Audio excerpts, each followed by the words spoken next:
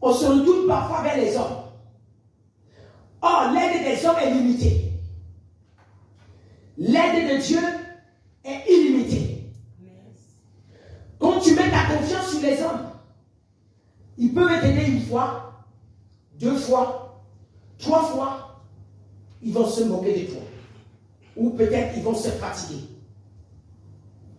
Et lorsque nous rencontrons une pauvreté spirituelle, elle est aussi, elle crée en nous quelqu'un qui doit toujours rendre service aux autres, mais en retour, ce que tu as fait comme le bien, on voit ça comme le négatif. Ça se transforme en mal. Quelqu'un qui sera toujours là en train de secourir les gens, on ne pourra jamais le secourir. Amen. Amen. Et aussi, ta prière, lorsque tu approuves une pauvreté spirituelle, ta prière, elle n'est pas exaucée. Pourquoi? Tu pries sans direction. Amen. Amen. Tu pries sans direction. Amen. Amen. Et c'est pourquoi un homme peut prier, mais rien ne se passe. Tu peux prier, rien ne se passe. Pourquoi? Je vais te prendre un exemple. Tu vas voir une église est remplie, mais pas de témoignages. S'il y a des témoignages, ce sont des témoignages camouflés. Parce que lorsqu'un témoignage vient de Dieu, quand tu commences un témoignage, il va jusqu'au bout. Amen. Amen. Amen. Parce que je ne peux pas te donner ce que je n'ai pas. Je ne peux pas te donner ce que je n'ai pas. Si je prouve une pauvreté spirituelle, ça veut dire que mon champ est vide. Amen. Mon vase est vide. Or, où je suis, je dois être arrosé par le Père afin de pouvoir te transmettre ce que je reçois. Il y a quelqu'un qui est en train de m'arroser afin que je t'arrose. Il m'arrose selon ce que j'ai déposé. C'est pourquoi, vous allez voir, beaucoup de gens ont plusieurs comptes bancaires. Mais tu vas voir une autre carte bancaire. Il va dans le distributeur. Il met 10 euros, ça ne sort pas. Il met 15 euros, ça ne sort pas. Mais l'autre, il vient, il met 5 euros, ça ne sort pas. Il descend même à 1 euro. On lui dit, début, on dit quoi? Hein? Début insuffisant, hein? C'est ça? Mais quelqu'un, le même distributeur, une autre personne vient, il met, j'étais là, tu n'as pas pu sortir de l'argent. Mais tu dis, bon, tu es fatigué, tu te recules. Quelqu'un d'autre vient, il met sa carte. Il sort 10 000 euros sur place. Il sort 5 000 euros sur place. Tu ne peux jamais récolter ce que tu n'as pas sémé. Est-ce que je m'adresse à quelqu'un? Tu ne peux jamais récolter ce que tu n'as pas sémé. Et le monde spirituel n'est pas réel. Tu ne peux pas délivrer les gens si toi-même tu n'es pas délivré. Tu ne peux pas impacter les gens si toi-même tu n'es pas impacté. Commence d'abord par être impacté. C'est pourquoi je vous ai dit l'autre jour, lorsque Jésus appelle les 12 disciples, il les garde avec lui. Il les garde. Pendant un moment, il les impacte avant de les envoyer. Il les a gardés avec lui pour transmettre ce que lui avait. Amen. Dans le Père te donner ce qu'on a reçu. Lorsque tu viens, tu ouvres le robinet, il y a un ballon qui est en train d'arroser, en train d'alimenter le robinet. Lorsque tu ouvres, tu ne sais pas qu'il y a un ballon, mais il y a des alimentaires, il y a des gens qui sont en train de veiller que le robinet ne soit pas vide, que le ballon ne soit pas vide, afin que vous ne tomberez pas dans la sécheresse. Amen. Et qui t'alimente. C'est ça. Et si tu es alimenté par le Père, la Bible dit que les fleuves d'eau vive couleront en Isaïe. Amen. Lorsqu'on déborde, on jaillit. Lorsqu'on déborde, on jaillit. Ce n'est pas. Oh, comment je vais expliquer? L'onction, ce n'est pas l'agitation. Ce n'est pas écrit. Amen. Amen. Lorsque tu éprouves une pauvreté spirituelle, même autour de toi, tu affectes les gens négativement. Mais quand, spirituellement, tu remplis, même ta présence change l'atmosphère dans la salle. Amen. Amen. Amen. Même là où tu vis, ta présence contamine les gens. Écoute, l'autorité spirituelle, ce n'est pas selon la taille, ni selon le gabarit. Alléluia. C'est pourquoi on pouvait dire, qui sont ces gens-ci qui sont déterminés? On parlait de Pierre et Jean. Qui sont ces gens qui sont déterminés, débraillés, avec des babouches, mais ils nous affrontent. On les arrête, on met en prison. Ils le sortent avec les mélodies et continuent à parler. C'est parce que ce qui en eux ne les permet pas de se taire. Amen. Amen. Amen. C'est pourquoi tu peux poser des actes spirituellement, tu viens poser physiquement, tu reçois les instructions, tu poses des actes, mais tu ne vas pas te taire, tu continues parce que c'est plus fort que toi. Amen. Ce n'est plus toi qui contrôles. Lorsqu'on est en chair, on se contrôle, mais quand on est en esprit, on ne peut plus se contrôler. Amen. Et puis encore, je vais te dire, quand on est rempli du Saint-Esprit, on n'a plus peur des attaques. Amen. On n'a plus peur des outrages, on n'a plus peur de la récité, on n'a plus peur. Pourquoi? Parce que tu sais où tu es en train de partir. Amen. Si, oh my God, la dernière fois, le Seigneur m'a fait, je me suis levé de mon lit, j'ouvre ma Bible. C'était Luc 18. Je me suis mise à pleurer. Je ne peux pas expliquer ce que j'ai ressenti à l'instant. Le Seigneur disait, lorsque les grands prêtres sont venus les chercher, il dit, laissez les autres. Si c'est moi que vous cherchez, moi voici. Amen. Amen. Si c'est moi que vous cherchez, moi voici. Ça m'a pénétré au fond de moi. Je suis rentré dans tout mon corps. Regardez un homme. Il dit, il sait. Il dit, je sais que vous êtes venus me chercher. Alléluia. Amen. Alléluia. Amen. Je sais que vous êtes venus me chercher. Alléluia. Amen. Mais n'arrêtez pas les autres. C'est moi qu'il faut arrêter. Oh. Amen. Il pouvait fuir. Il pouvait dissimuler. Mais il n'a pas dissimulé.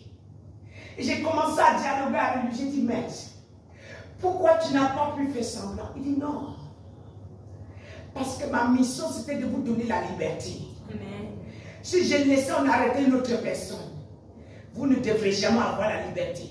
Amen. En d'autres termes, quand tu es rempli du Saint-Esprit, tu ne fais plus ta volonté. Amen. Tu te livres comme une viande à la boucherie. Quitte à ce qu'on t'insulte, mais parce que tu sais que tu as déjà à sauver. Amen. Chacun de vous qui est assis dans ce lieu a le droit de sauver quelqu'un demain. Amen. Il a même une mission de libérer une foule, de libérer les continents, de libérer les pays. Mais Jésus me dit, je ne peux pas fuir. Si je fuis, personne ne fera cela à ma place. Je me le dis à quelqu'un, ce que tu esquives, personne ne fera à ta place. La grâce qui est déposée en toi n'est ni chez l'autre. Tu vas avoir 2 prophétesses, mais ils ont 2 rôles différents. 3 prophétesses, ils ont 3 rôles différents. 4 évangélistes, ils ont 4 rôles différents. Alléluia. J'ai commencé à dialoguer avec le Seigneur sur cette parole-là. C'était très profond. Il m'a enseigné dedans. J'ai commencé à faire un message derrière. Rien que la partie là où il m'a dit, non, ne vous inquiétez pas, si c'est moi, je sais que c'est moi que vous êtes venu chercher. Je suis là. Laissez les autres, mais prenez-moi. Entre à l'esprit, tu vas comprendre, c'est très grand. Combien de pasteurs aujourd'hui meurent pour les brebis? Dites-moi, on a dit, combien de bergers aujourd'hui meurent pour les brebis? Combien de bergers, quand Dieu les donne une relation, ils ont peur de parler, de peur qu'on ne les frappe? Combien il t'a déposé cette autorité? Amen. La pauvreté spirituelle fait que tu manques quelque chose. Alléluia, tu éprouves des douleurs qu'il ne fallait pas éprouver. Amen. Donc je voudrais dire à quelqu'un, je sais qu'il y a une personne aujourd'hui, que ton champ ne sera plus jamais pauvre. Amen. Alléluia, ton champ ne connaîtra plus jamais la pauvreté spirituelle. Ton champ ne connaîtra plus jamais la pauvreté spirituelle. Je voudrais dire à quelqu'un, Lorsque tu fonctionnes selon l'esprit, tu sais où tu es en train de partir. Ton chemin paraît trop d'embûches, mais tu as une direction. Allons-y, Seigneur. Amen. Amen. Amen. Amen. Merci.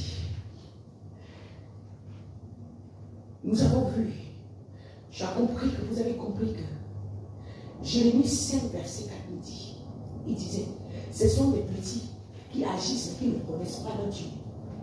Quand tu connais ton Dieu, tu ne vis plus selon les gens. Quand tu connais ton Dieu, tu ne vis plus selon le regard. Tu cherches à regarder si ta relation avec Dieu est correcte. Chaque jour, tu lui demandes, Seigneur, est-ce que je suis digne de te servir? Chaque jour, tu pries que Seigneur, éloigne-moi de toutes ces choses perverses dans le monde. Amen. Chaque jour, tu le remercies d'avoir fait de toi un co-héritier. Chaque jour, tu le remercies d'avoir laissé sa vie pour toi. Amen. Et donner, ah my God. Alléluia. Amen. Ce sont des insensés qui ne connaissent pas ce que Dieu les a donné, qui perdent sans chair, qui abandonnent ça, mais qui ne savent pas quand vous passez tout votre temps à plaindre, à vous plaindre.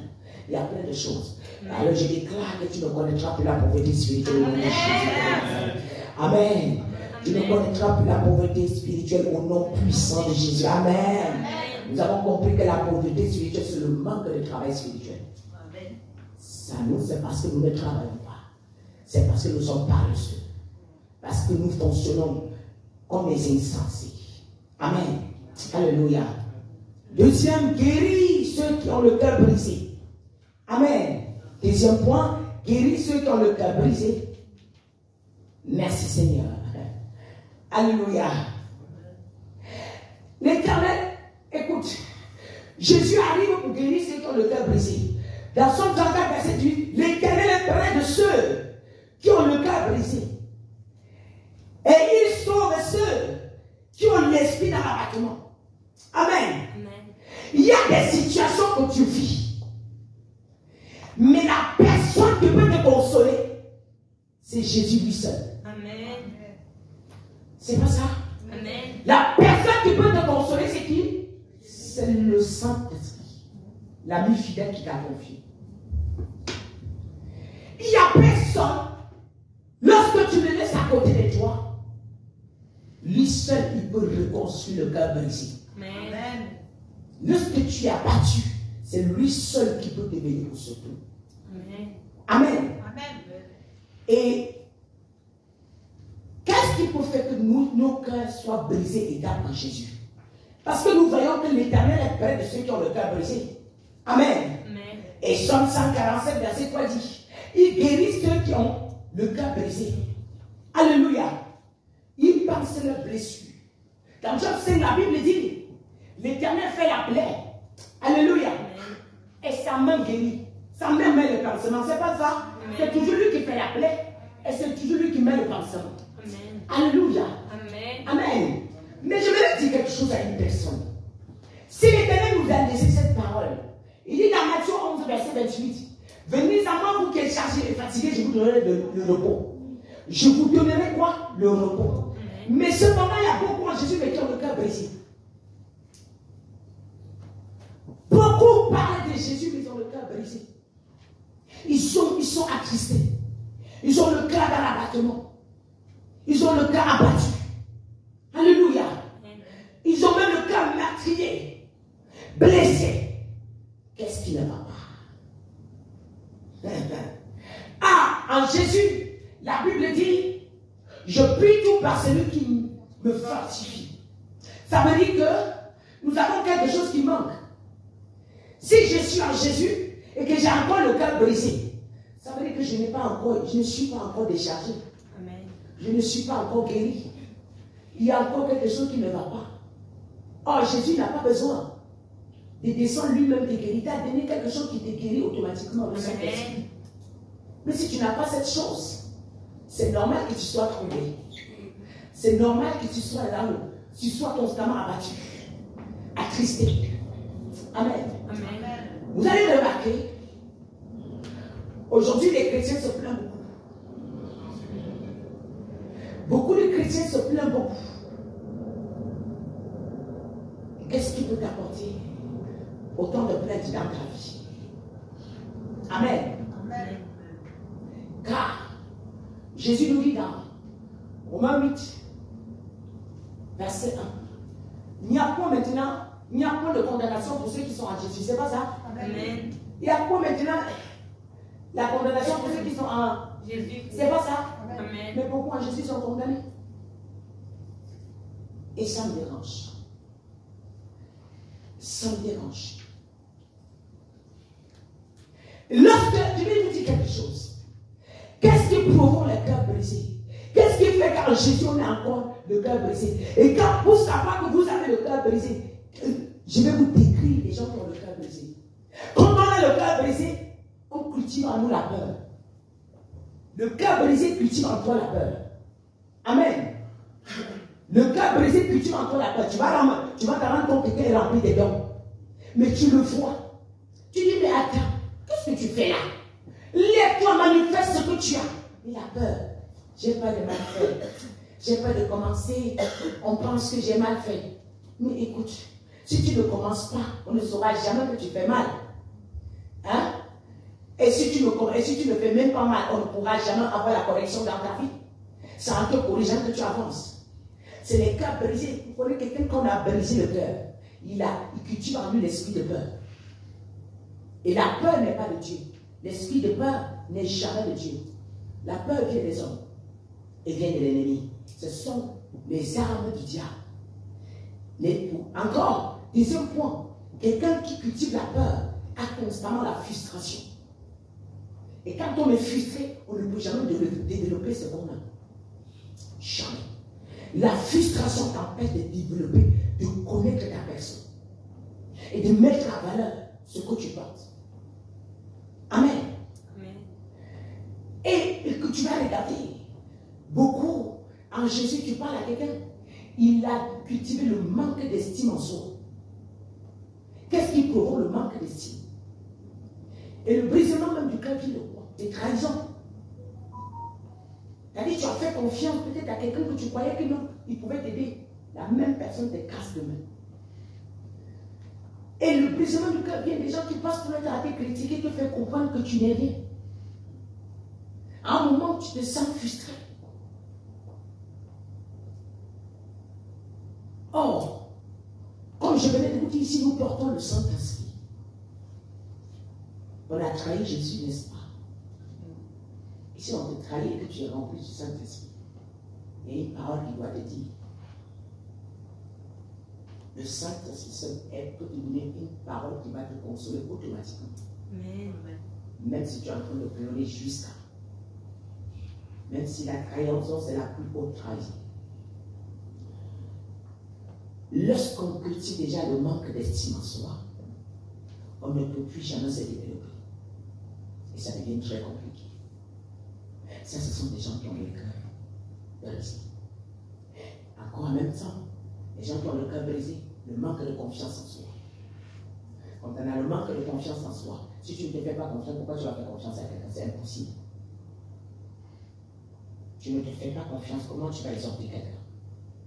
Tu ne te fais pas confiance, comment tu vas prêcher à une personne? Tu ne te fais pas confiance, comment tu vas faire pour délivrer un démon? Pour délivrer quelqu'un qui est embouté, quelqu'un qui a un esprit. Est-ce que c'est possible? Le manque de confiance met une barrière automatiquement sur ton ministère. Amen. Amen. Ça, pour dégarder les gens qui ont cultivé la peur. Écoute, tu peux cultiver même la peur, le cœur brisé peut te faire, tu cultives toutes ces choses que j'ai en train de citer sans que tu ne t'en rendes même compte. Et tu finis, tu vois quelqu'un qui était zélé, d'un coup elle le trouva petit à petit, vient s'asseoir à la maison. Qu'est-ce qui se passe? Tu as rencontré certaines difficultés que tu n'as pas pu gérer. Comme le Saint-Esprit te demande. Amen. Amen. Et le manque, le cœur brisé, lorsque tu cultives, comme nous avons vu, quand tu cultives la frustration, parfois ces gens, ils créent maintenant en eux le manque, ils se deviennent offensifs. Quand tu veux parler, ils sont sur l'offensive. Et lorsque tu vois quelqu'un que dès que tu dis un mot, aïe, il veut répondre, c'est parce qu'il y a un manque d'estime en soi.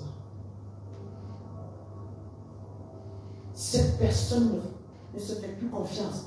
Donc il va à tout prix justifier sa vie. Il va à tout prix prouver qu'il a raison. Il va à tout prix qu'on lui donne constamment raison et qu'on lui montre, on lui dit tout le temps qu'il est belle, qu'il est beau, qu'il est ceci. Il aime les éloges. Et ça, c'est le manque, c'est parce que tu es brisé en toi. Le manque de confiance, le manque d'estime en soi. J'aime beaucoup qu'on t'apprécie. Alléluia. Et parfois, ça retient en toi le manque de dialogue. Si vous regardez, vous lisez Isaïe 11, de 1 à 3, vous allez confirmer que Jésus a fonctionné avec tout ce que je suis en train de vous dire. Il ne pouvait pas fonctionner, il avait l'esprit de conseil en lui. Il avait l'esprit de discernement. Il avait l'esprit de sagesse.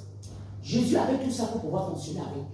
Si tu n'as pas ça, si tu ne peux pas avoir l'esprit de la tempérance, et si tu lis Galates 5, verset 22, tu mets les deux, tu comprends que tu as besoin de ça pour fonctionner, pour être un bon disciple de Jésus. La patience, la tolérance, la bienveillance. Tu as besoin de ça. Et si tu manques le dialogue, non, qu'est-ce que tu peux faire de bon? Jésus dit, tout ce que le Père m'a confié, je l'ai tout gardé, je n'ai rien perdu. Si Dieu t'envoie les brebis, toi-même tu chasses. Parce que tu es orgueilleux. Parce que tu es méprise. Parce que tu parles mal. Amen. Amen. Le manque de dialogue, il crée en toi la colère. Le manque de dialogue crée en toi la colère. Et la colère n'est pas amie de Dieu. Alléluia. Et ça fait que tu portes en toi une carapace. C'est pourquoi les gens comme ça dans le monde les amènent. Bon, c'est les NCA. On les amène chez les NCA. C'est ça. Les stades, c'est ça. Voilà. Donc pourquoi on va lui faire parler, pour sortir ces dés-là. Mais avec le Saint-Esprit, tu peux sortir tout ça. Si tu es rempli de la présence de Dieu, la présence de Dieu peut descendre dans la louange même. Toi-même, le Saint-Esprit vient récupérer tout ça qui part avec. Afin que tu ne sortes de la louange, tu reçois une joie qu'on ne peut pas expliquer. Le Saint-Esprit est venu faire son travail. Amen. Amen. Tout délivrant n'est pas dit au démon out. Si tu as une église de 10 000 personnes, si tu vas poser les noms à tout le monde, il faut descendre la présence de Dieu, que les gens soient guéris. C'est ça qu'on appelle le réveil. Amen. Ésaïe 47, verset 10. Car la Bible nous dit quoi? Ne crains rien, car je suis avec toi. Ne promets pas ton regard, car je suis ton Dieu. Je te fortifie, je viens à ton secours, je te soutiens de ma droite triomphante. Alléluia. L'Éternel est avec toi. C'est ce que je t'ai dit tout à l'heure. Si tu es rempli de la présence de Dieu, il te soufflera à l'oreille. Ne crains pas. Ne promène pas ton regard inquiet, car je suis là. Peu importe la situation que tu traverses. Pourquoi est-ce que les gens se suicident? Le manque de la présence de Dieu. C'est à cause des cœurs brisés. Mais toi, en Jésus, tu n'as pas le droit de te suicider. Parce que Christ t'a donné l'héritage. Le consolateur qui te parle 24 sur 24. Il ne trie pas l'heure pour te parler. Chaque moment, à tout moment. Et le plus important, nous avons souvent pour habitude de ne pas interroger le Saint-Esprit. Dans toutes les circonstances, tu dois tendre l'oreille au Saint-Esprit. Même quand on te sert à manger. La vie spirituelle ne s'arrête pas à l'église.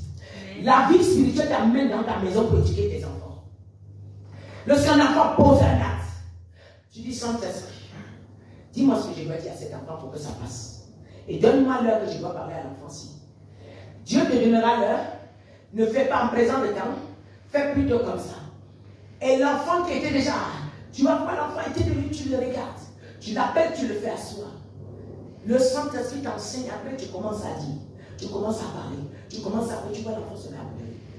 Là, il est en train de recevoir sa délivrance. Le Saint-Esprit ne s'arrête pas à l'église. Si tu prends le Saint-Esprit, vous arrêtez à l'église, c'est que tu n'es pas chrétien. Non, celui qui n'est pas chrétien. Tes enfants deviennent rebelles à la maison, c'est toi le problème. Ah oui, le Saint-Esprit éduque tes enfants. Tu as une femme rebelle ou un homme qui n'écoute pas. Ce n'est pas à tout moment qu'il faut lui parler. Prends le temps. Demande à Dieu ce que je dois dire. Et quand il y a le calme, tu prends le Saint-Esprit. Même s'il commence à crier, fini de sortir, tu vas voir, il va se briser. Il va se briser. Si c'est le Saint-Esprit qui est en train de te demander de parler, là, il va se briser.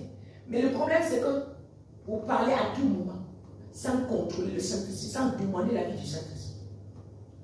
Si tu viens parler à quelqu'un, et que c'est Dieu qui t'a envoyé, il joue la rebelle, il part, il sera troublé. Il sera obligé de revenir et dire, dis-moi ce que tu voulais me dire. Excusez-moi tout à l'heure, dis-moi ce que tu voulais me dire. Mais là, je me suis emporté, mais dis-moi. Pourquoi? Parce qu'il est parti, le Saint-Esprit dit, tu fais quoi là? Reviens en place. Mais si ça ne venait pas de Dieu, ça n'a aucun effet. La personne continue à rebeller pas. Le Saint-Esprit te donne la différence entre toi et tes amis. Vous avez un coup au lieu du service. Mais ta manière de se conduire, de se comporter, montre que tu es différent des autres. Et ta voix finit par dominer tous les autres voix. Pourquoi? Parce que tu as demandé au Saint-Esprit, qu'est-ce que je vais faire? Il te dit non. Tout le monde est en train de s'agiter, le calme. Ne fais rien. Ne dis rien. Et il te dit, à quelle heure tu dois agir? À l'heure là, tu agis, tu vas avoir le résultat. Les gens vont dire, oh non, son Dieu là, vraiment c'est un pasteur, hein? Ah non. Le Saint-Esprit t'enseigne tout. Mais nous avons laissé ça derrière. Et on veut obtenir la grâce gratuite. La grâce, peu importe les mains qu'on dépose sur ta tête, on dépose sans le Saint-Esprit, ça ne servira à rien. Si on doit déposer jusqu'à on dépose les pieds, ça ne servira à rien. Amen. Alléluia. Amen. Parce qu'on veut qu'on impose. Non, non. L'imposition de main s'impose en ordre. Amen. Alléluia. Amen. Dieu a besoin aussi de ton engagement à toi. Amen. Et c'est pourquoi la Bible ne promène pas le Seigneur, Dieu qui devient au secours. Peu importe la situation que tu traverses, Dieu vient te consoler. Et peut-être depuis toutes les années sont répétitives, toujours la même chose. Mais l'Éternel dit, il te vient au secours. Amen. Avant peut-être l'année 2023, et d'autres pendant l'année 2023, quand on dira qu'il y aura la catastrophe, c'est là que ta vie va changer. C'est là qu'il y aura un changement dans ta vie. Et le Seigneur dit, je te soutiendrai.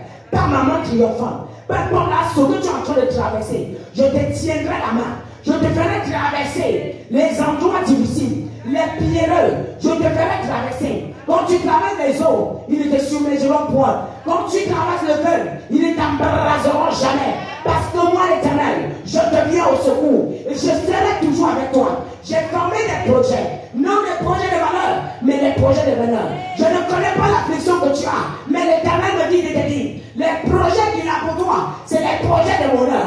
Ce n'est pas les projets de malheur. Il est en train de me dire de te dire, maintenant à l'heure actuelle, peu importe les circonstances que tu es en train de voir devant toi, après le tunnel, c'est le beau temps. On peut avoir les épreuves, on peut avoir les trahisons, mais après les trahisons, c'est le beau temps. Le temps de Dieu n'est pas le temps des hommes. Le temps de Dieu n'est pas le temps des hommes. Le temps de Dieu n'est pas le temps.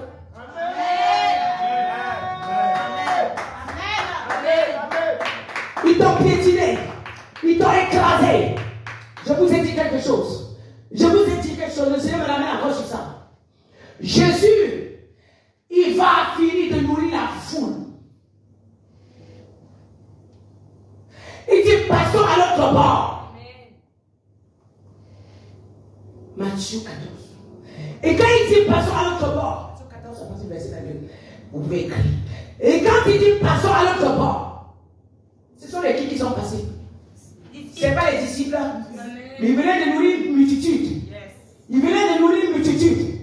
Mais si tu venais me trouver dans sa chambre là où il était avec ses disciples, ils étaient combien? 12 plus celui, ça fait 13.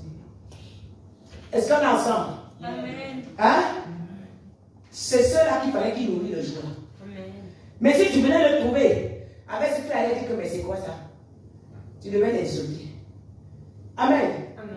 C'est pourquoi un appelé de Dieu, les gens qui vont influencer, ne sont pas dans le mature. Non, ne sont jamais dans le mature. Ils posent le pied, ils savent qu'ils sont là où ils peuvent glisser et tomber. Mais il faut attention jusqu'à arriver au bord.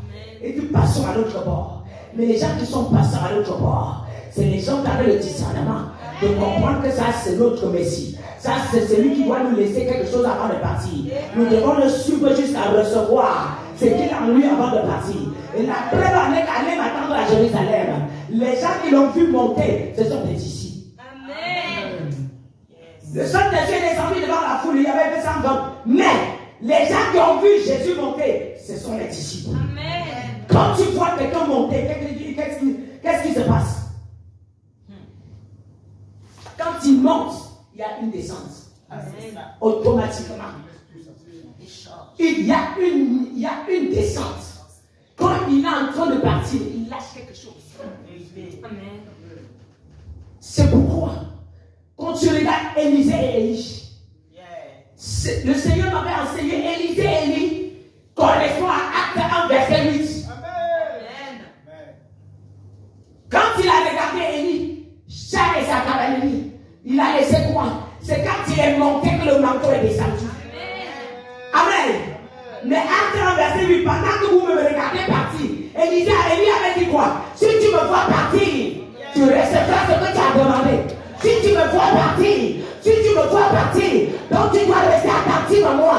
Ton regard, face à mon départ, pas de distraction.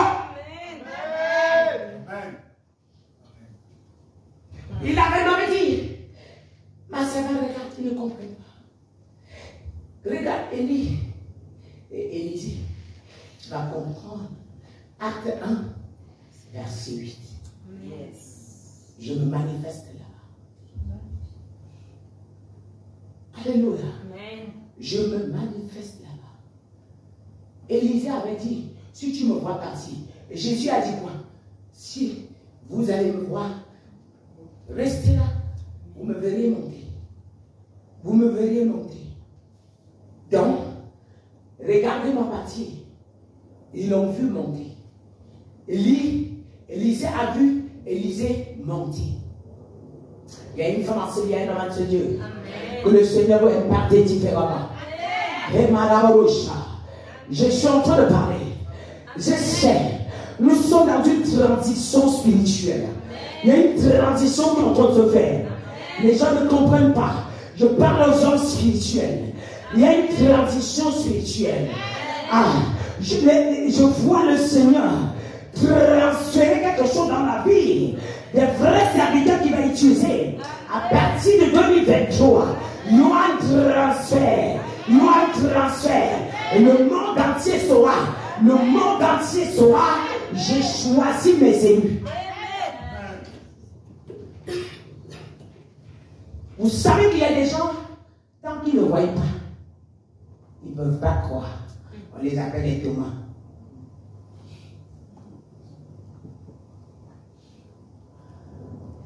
Alléluia. Merci Saint-Esprit.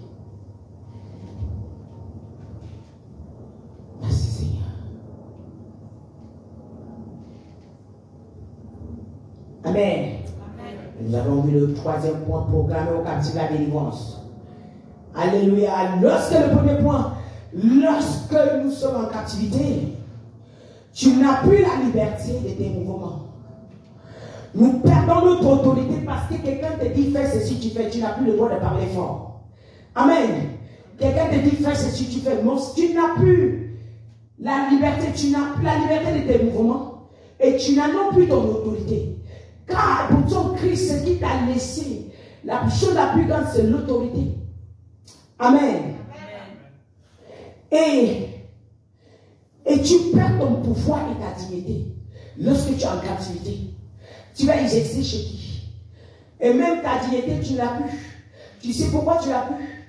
La dignité, tu ne l'as plus parce qu'on piétine tous les jours. On t'écrase tous les jours. Amen. Ce qu'avant, tu faisais, tu n'arrives plus à faire. Pourquoi? Parce que tu te sens un esclave. Tu es esclave. Et beaucoup de gens sont esclaves sans savoir. Je m'arrête de détailler. L'esclavage spirituel contrôle ta vie physique. C'est-à-dire que tu commences, l'année commence, tu dis Seigneur, voici l'année qui commence.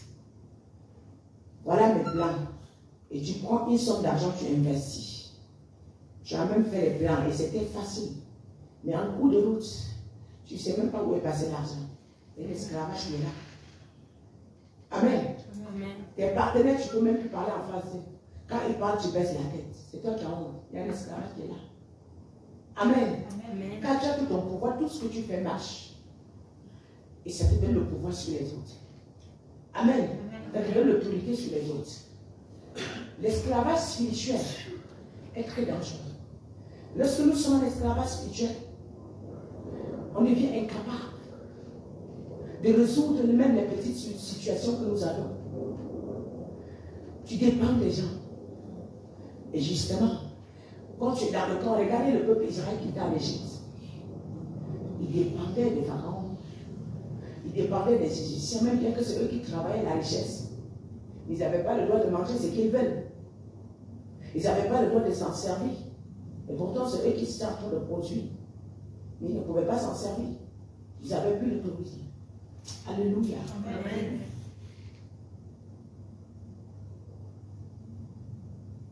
Et lorsque le Seigneur me disait, lorsque tu es esclave, tu n'es plus maître de soi-même. Tu ne prends plus les décisions comme tu veux. L'ennemi te pousse à prendre des décisions que lui, il arrange. Parce que justement, le peuple en Égypte, est-ce qu'ils pouvaient décider comme ils veulent? Non. Ils font ce qu'ils veulent. Sur vous. Et la preuve, Joseph en Égypte. Amen. Amen. Même jusqu'à ton mariage, tu n'as pas la liberté. Non. Ton mariage, il y a quelqu'un qui dirige ton mariage. Faites comme ça, vous faites comme ça, vous faites. Vous vous couchez, vous pleurez.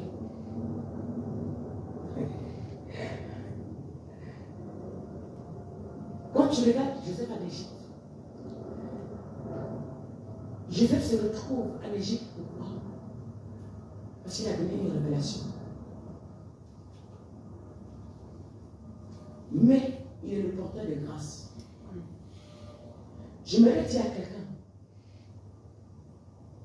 si l'ennemi te met en captivité et que tu réponds aux critères que Dieu demande, c'est que c'est toi qui vas devenir son patron. Quelqu'un m'a compris? Amen. Il y a des gens que Dieu veut que tu les fourroies. Il t'envoie comme un enfant à leur pied. Demain, c'est toi qui les renverses.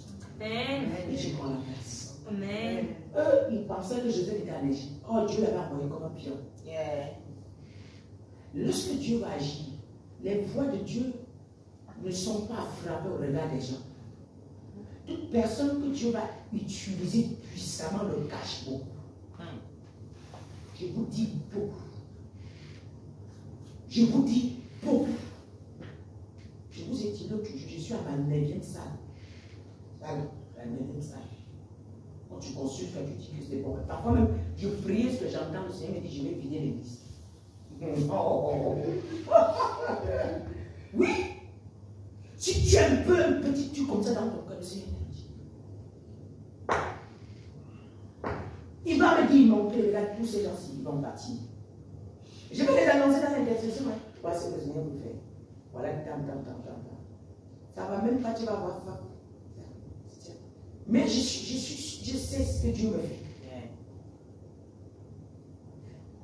Puisqu'au lieu qu'il permet que tu me touches, il fait quoi? S'il voit que tu es déjà un pion et que tu veux passer, on veut passer par toi pour opérer dans son église, il fait quoi? Il t'enlève.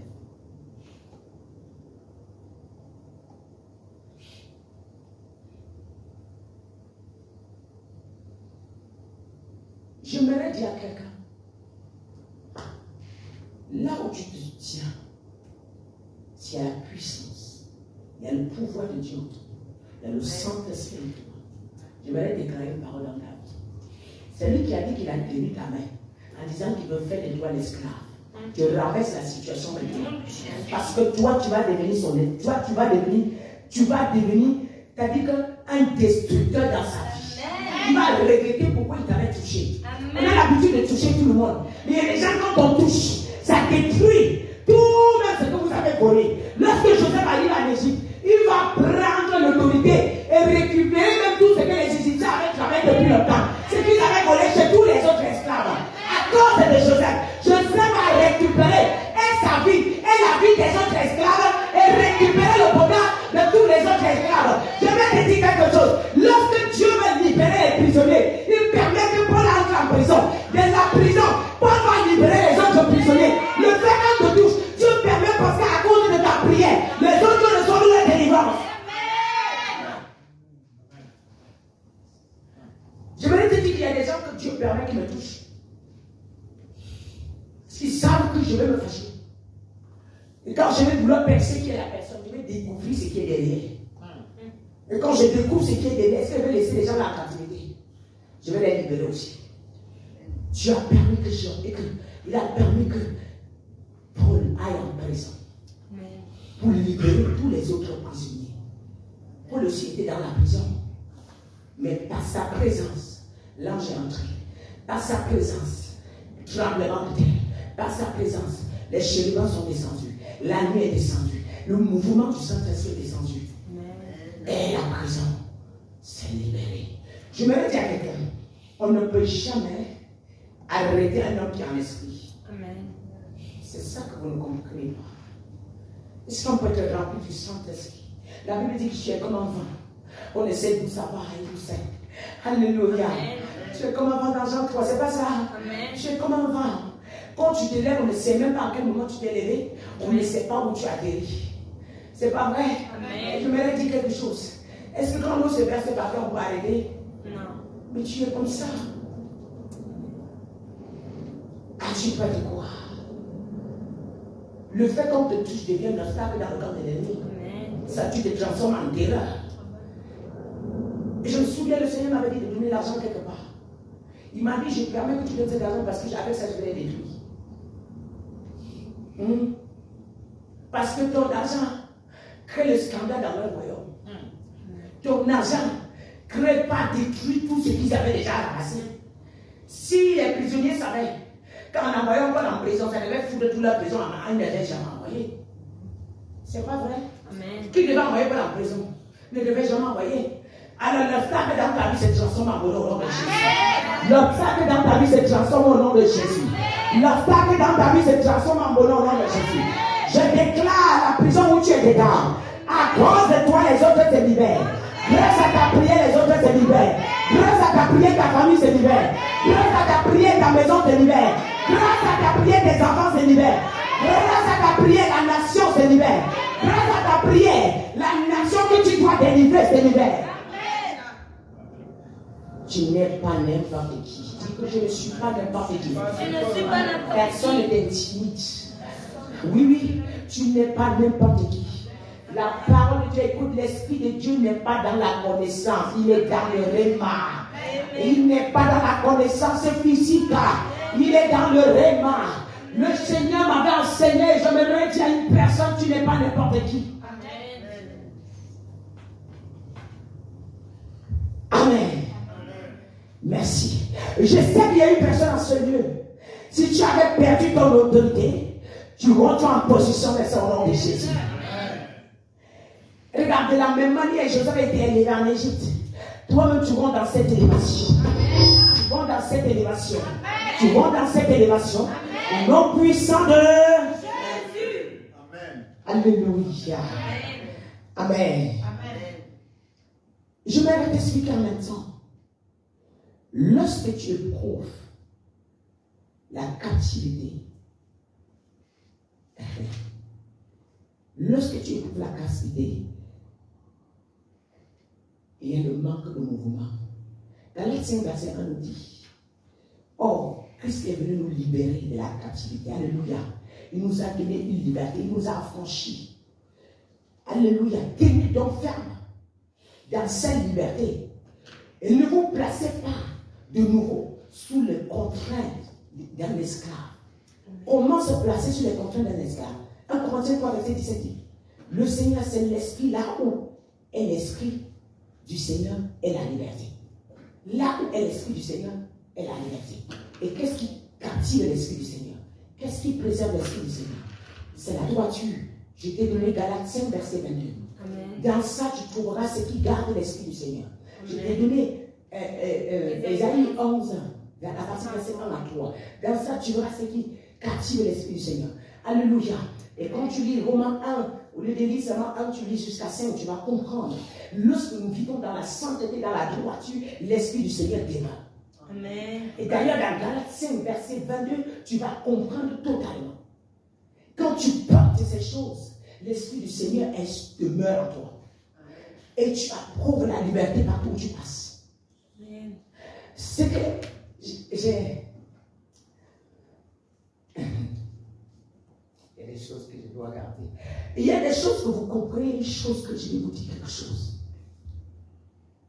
Toi, tu es assis, tu te méprises. Tu te méprises parce que tu n'es pas rempli de la présence de Dieu. Tout ce que vous élèves, vous dites, les ministres, les présidents, les saisis, les célats, les hommes riches.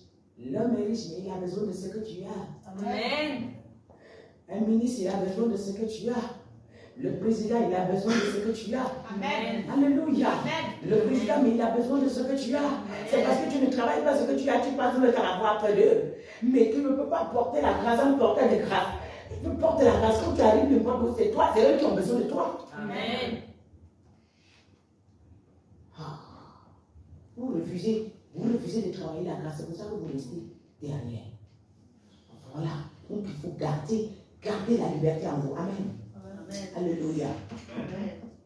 Pour conclure avec ces derniers termes, pour recouvrir la vue. Je m'arrête d'abord ici. Amen. Pour recouvrir la vue. Lorsque nous sommes aveugles, c'est très grave. L'aveuglement apporte de l'obscurité. Alléluia. Amen. Dans tout ce que nous avons. L'aveuglement apporte de l'obscurité dans tout ce que nous avons. Alléluia. Il nous apporte aussi les ténèbres. Et qu'est-ce que les ténèbres créent? Alléluia. Les ténèbres créent l'absence de la direction où nous devons passer. Et lorsque les ténèbres sont dans notre vie, lorsqu'on n'a pas de direction, on fait quoi? On se retourne vers le péché. Et les péchés nous maintiennent en captivité dans les ténèbres. Et ça, c'est quelqu'un qui ne voit pas. Quand on ne voit pas, la Bible dit qu'un peuple sans révélation, un peuple sans frein. Ça veut dire que tout ce qu'il continue à faire, il pense que c'est bon. Et tout ce qu'il fait, il pense que c'est bon. Mais quand on peut voir, on s'abstient. Quand on peut voir, on est éclairé. La preuve, on va aller dans... Alléluia. Amen. On va aller dans Ésaïe 60, verset 1. Lève-toi, sois éclairé, car ta lumière arrive. Et la gloire de l'Éternel s'élève sur toi.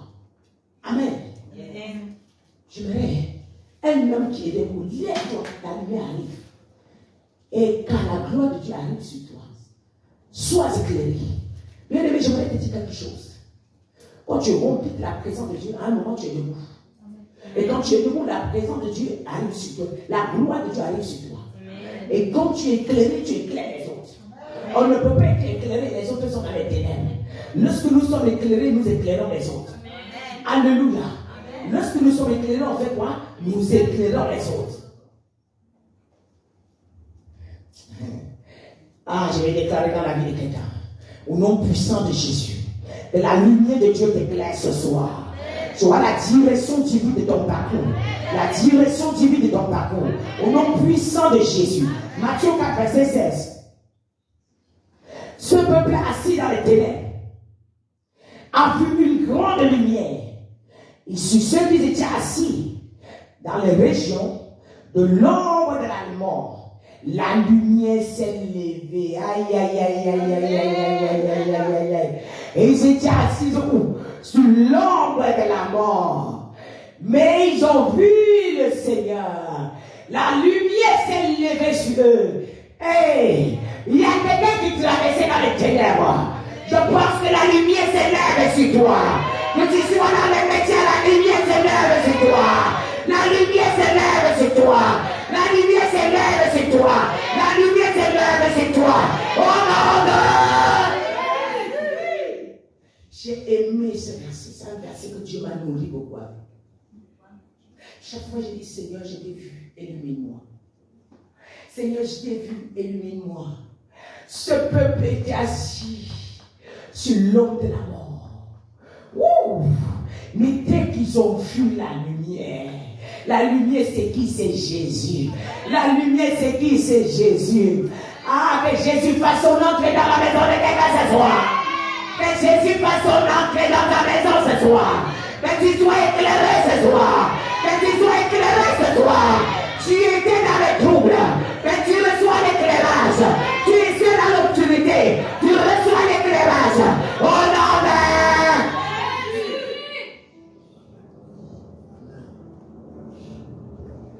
J'étais dans les ténèbres. Mais quand ils ont vu Jésus, ils ont été éclairés. Acte 13, verset 47.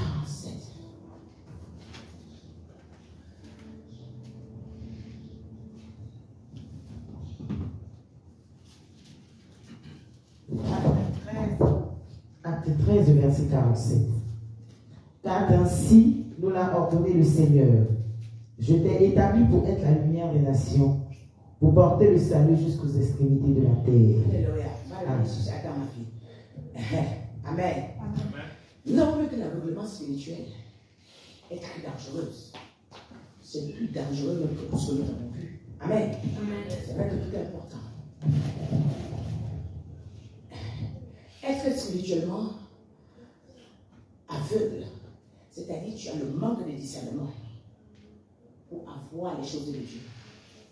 Tu as le manque de discernement, premier point, pour avoir les choses de Dieu. Amen. Parce que quand on manque de discernement, c'est parce qu'on est aveugle spirituellement. Alléluia. On ne peut pas, on n'a pas son propre, on ne connaît plus son propre état spirituel. Lorsqu'on est dans les ténèbres, on ne voit plus, on ne connaît pas son état spirituel.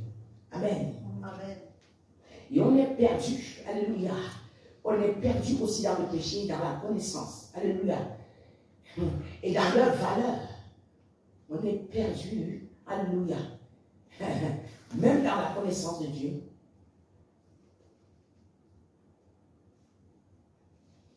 Et non, il ne connaît même pas non plus la valeur de ton Dieu. Tu ne connais même pas la valeur de ton Dieu. Parce que c'est celui qui voit qui peut décrire le Seigneur. C'est pas vrai? C'est celui qui a vu. Je me souviens un jour, j'ai dit à Dieu que si tu ne me révèles pas un mot aujourd'hui là, je ne sors pas de ma chambre. Le temps là, je faisais un peu mon commerce. J'ai pris ma voiture, j'ai déchargé quand les ouvriers sont déchargés, je suis resté dedans. De 5 heures jusqu'à 12 heures. J'ai dit, j'ai entendu que tu te révèles aux gens. Qui es-tu là? Je veux. Toi, tu m'as appelé pour faire quoi? Pour te servir aveuglement. Je veux te voir. Je veux savoir qui tu es. Je suis resté à adorer le Seigneur de 5 heures à midi. En disant à Dieu que si tu ne te révèles pas à moi aujourd'hui là,